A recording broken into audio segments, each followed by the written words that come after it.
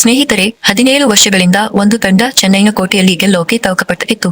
ಆದ್ರೆ ಈ ಸಲ ಆರ್ಸಿಬಿ ಜಪಾಕ್ನಲ್ಲಿ ಚೆನ್ನೈ ಸೂಪರ್ ಕಿಂಗ್ಸ್ ನ ಕೋಟೆ ಒಡೆದು ಗೆಲುವು ಸಾಧಿಸಿದೆ. ಇದು ಕೇವಲ ಮ್ಯಾಚ್ ಅಲ್ಲ, ಒಂದು ಐತಿಹಾಸಿಕ ಕ್ಷಣ. ಏನಾಗಿತ್ತು ಈ ಪಂದ್ಯದಲ್ಲಿ? ಒಂದೇ 2 ನಿಮಿಷದಲ್ಲಿ ತಿಳಿಸ್ತೀನಿ ಕೇಳಿ. ಐಪಿಎಲ್ನ ಹೈ ವೋಲ್ಟೇಜ್ ಪಂದ್ಯದಲ್ಲಿ ಆರ್ಸಿಬಿ ಚೆನ್ನೈ ವಿರುದ್ಧ 50 ರನ್ಗಳ ಭರ್ಜರಿ ಜಯ ಗಳಿಸಿದೆ. ಜಪಾಕ್ನಲ್ಲಿ ಈ 2 ತಂಡಗಳು 10 ಬಾರಿ ಮುಖಾಮುಖಿಯಾಗಿವೆ. ಚೆನ್ನೈ 8 ಬಾರಿ ಗೆದ್ದಿದ್ರೆ ಆರ್ಸಿಬಿ ಕೇವಲ 2 ಬಾರಿ ಗೆಲುವಿನ ಸಂಭ್ರಮ ಕಂಡಿದೆ. ಆದ್ರೆ 17 ವರ್ಷಗಳ ಬಳಿಕ ಈ ಸಲ ಆರ್ಸಿಬಿ ತನ್ನ ರಾಯಲ್ ಎಂಟ್ರಿ ಕೊಟ್ಟಿದೆ. ಟಾಸ್ ಸೋತು ಮೊದಲು ಬ್ಯಾಟಿಂಗ್ ಮಾಡಿದ ಆರ್ಸಿಬಿ 196 ರನ್ ಗಳಿಸಿತು. ಪೇಸಾರ್ಟ್ 16 ಬಾಲ್ಗೆ 32 ರನ್ ಸಿಡಿಸಿ ಆರಂಭ ಕೊಟ್ಟರು.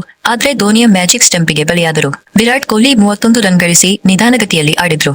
ಆದ್ರೆ ರಜತ್ ಪಾಟೀದಾರ್ 51 ರನ್ನ ಅರ್ಧಶತಕದ ಜೊತೆ ತಂಡಕ್ಕೆ ಆಸರೆಯಾದರು.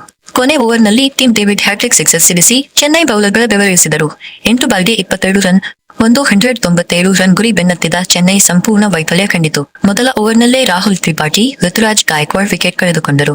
ಸಚಿನ್ ರವೀಂದ್ರ 41 ರನ್ ಗಳಿಸಿ ಹೋರಾಟ ನಡೆಸಿದ್ರು ಸಾಕಾಗಲಿಲ್ಲ. ಕೊನೆ ಓವರ್ನಲ್ಲಿ ಧೋನಿ ಸಿಕ್ಸರ್ 4 ಬಾರಿಸಿ 30 ರನ್ ಗಳಿಸಿದ್ರು. ಆದ್ರೆ ತಡವಾಗಿತ್ತು. ಚೆನ್ನೈ 146 ರನ್ಗೆ ಆಲ್ಔಟ್ ಆಗಿ 50 ರನ್ಗಳಿಂದ ಸೋತಿತು. ಸ್ನೇಹಿತರೆ, ಇದು ಆರ್ಸಿಬಿ ಫ್ಯಾನ್ಸ್ಗೆ ಸಂಭ್ರಮದ ಕ್ಷಣ. 17 ವರ್ಷಗಳ ಬಳಿಕ ಚೆನ್ನೈನಲ್ಲಿ ಗೆದ್ದ ಈ ಐತಿಹಾಸಿಕ ಗೆಲುವು ಹೇಗಿತ್ತು? ಕಾಮೆಂಟ್ ನಲ್ಲಿ ತಿಳಿಸಿ. ನೀವು ಆರ್ಸಿಬಿ ಫ್ಯಾನಾ ಅಥವಾ ಸಿಎಸ್ಕೆ ಫ್ಯಾನಾ? ಲೈಕ್ ಮಾಡಿ, ಶೇರ್ ಮಾಡಿ, ಸಬ್ಸ್ಕ್ರೈಬ್ ಮಾಡಿ. ಐಪಿಎಲ್ ರೋಮಾಂಚಕಾರಿಯಾಗಿ ಮುಂದುವರಿಯಲಿ.